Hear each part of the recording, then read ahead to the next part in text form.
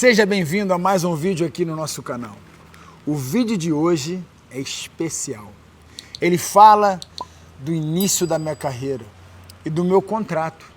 Um contrato que foi assinado antes da luta. E esse contrato, ele foi feito num guardanapo, na press conference, né? Ali onde os lutadores são apresentados. E eu era apenas um jovem adulto, achando que eu já sabia tudo.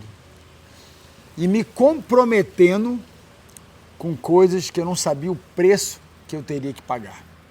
Bom, o assunto de hoje vai ser para aqueles que pregam o Cristo, mas não vivem o Cristo pregado. É isso mesmo. Bom, eu me lembro como se fosse ontem, naquela press conference, eu pegando aquele guardanapo e escrevendo, né, algo que eu queria muito. E para você que de repente já assinou algum contrato, já fez alguma promessa, né, você lembra quando você descumpriu ela? Bom, esse fui eu. Quantas promessas nós fazemos e não cumprimos? A Bíblia fala que é melhor não fazer promessa do que fazer e não cumprir. Mas o assunto não é sobre a promessa, e sim sobre a constância daquilo que decidimos fazer. Quando você clama que você é um cristão, quando você declara que você é um seguidor de Cristo, significa que você tem que viver como Cristo viveu. É óbvio que a gente não é perfeito, nós temos falhas, seremos eternos pecadores, mas jamais podemos viver no pecado. E é sobre isso que eu quero falar hoje para você que prega a Cristo no esporte, para você que prega a Cristo no trabalho, para você que tem pregado o Evangelho para os seus amigos, né? Queria falar um pouco sobre o Vitor de antes, né? Eu me lembro que eu pregava Cristo, mas não vivia Cristo. Eu me lembro que eu preguei Cristo para Joana, quando ela era espírita, né? E eu estava vivendo num relacionamento conjugal no pecado. E eu estava pregando para ela sobre Cristo. Bom, eu falo que a minha vida foi o errado que deu certo. Eu tive que pagar muito preço. Mas quando o errado dá certo, eu não posso fazer com que todo mundo seja igual. Eu estaria fazendo algo errado. Então, eu queria falar como eu falo para os meus filhos. Esse vídeo aqui, eu acho que vai ajudar muito você, atleta, você empresário, você estudante, a continuar pregando o Evangelho, mas primeiro a fazer uma análise de que você está vivendo esse Evangelho. E se caso você não está vivendo esse Evangelho, significa que você tem que mudar de professor, arrumar um outro pastor, arrumar uma outra igreja, buscar pessoas que vão te desafiar a poder aprimorar aquilo que você escolheu para você. E se você está andando com pessoas que não te desafiam, pessoas que estão aceitando você do jeito que você está, são pessoas que não merecem estar com você. Bom, em Atos 19, do 15 ao 16, diz assim, queria ilustrar para vocês um pouco essa história. São pessoas pregando o Evangelho, tentando expulsar o demônio de uma pessoa. E olha o que acontece com essa turma. Um dia, o espírito maligno lhes respondeu: Jesus eu conheço, Paulo eu sei quem é, mas vocês, quem são? Enquanto o demoniado saltou sobre eles e os dominou, espancando-os com tamanha violência que eles fugiram da casa nu e ferido. Eram pessoas expulsando o demônio em nome de Jesus e os demônios sentaram o couro nele.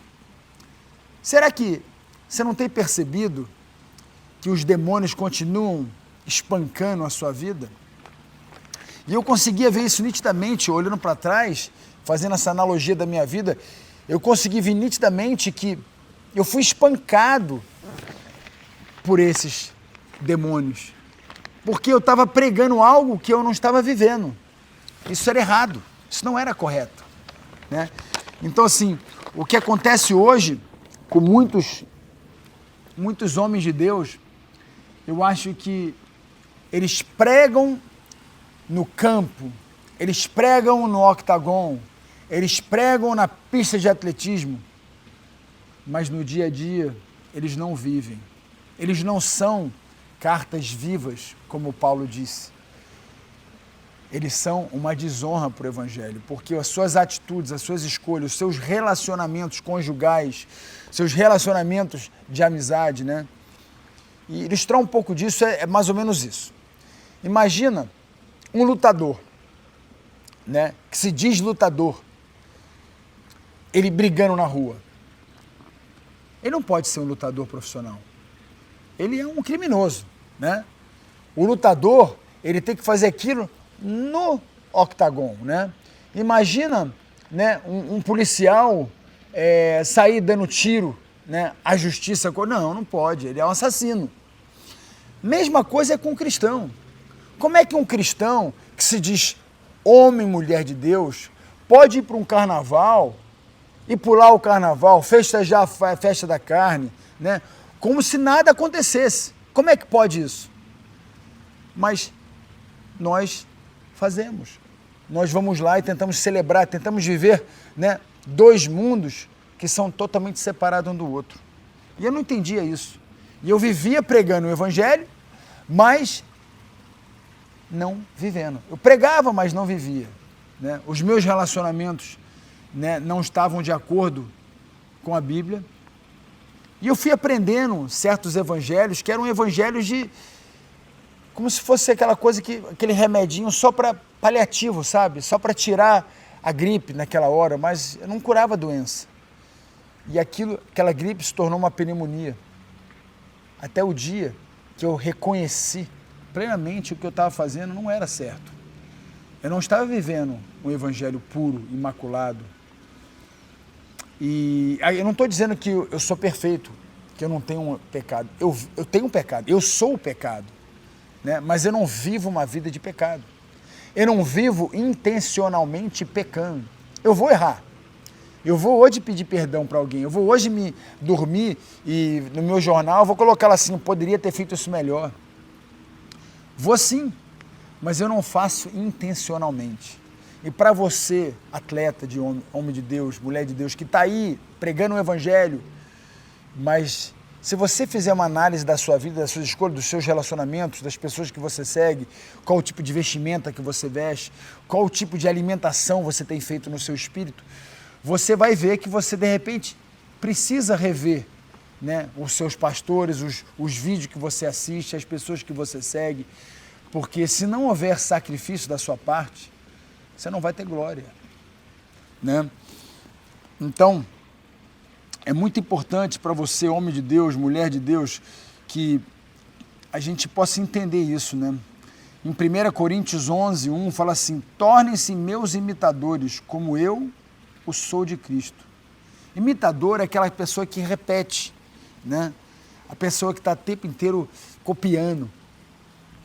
Eu me lembro que eu imitava certos gestos, né?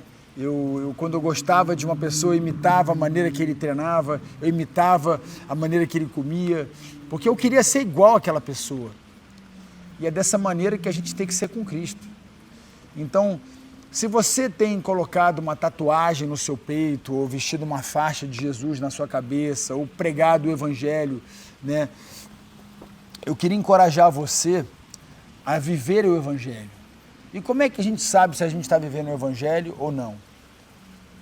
A Bíblia. A Bíblia é nosso árbitro, né?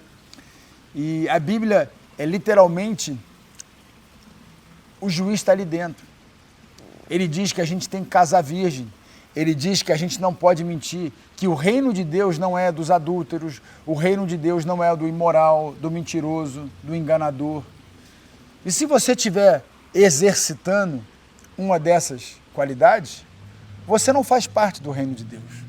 Você entende o que eu estou te falando? É muito importante a gente ter a consciência do que a gente está fazendo com intenção, ser mais intencional. Então, se você tem pregado o Evangelho, eu queria que você parasse para fazer uma análise se você tem vivido o Evangelho, se os seus filhos têm vivido o Evangelho, se a sua esposa tem vivido o Evangelho, né? Se você vive um relacionamento conjugal e você não é casado, você está em pecado, né? Se você senta nas rodas dos escarnecedores, você vai pecar. É questão de tempo. Então, assim, é muito importante, né? Esse vídeo é para desafiar você, cristão, a poder, sim, ter contato com os pecadores. Você pode ter, desde que você traga a luz na escuridão deles.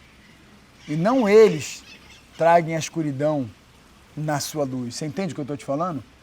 Bom, acho que esse vídeo já ficou longo demais, mas está aqui o meu desafio, não só para você que é atleta de Cristo, mas para você que representa Cristo no seu trabalho, na sua empresa, na escola, né? Enfim, aonde quer que seja. Você é um representante de Cristo, então seja como Ele.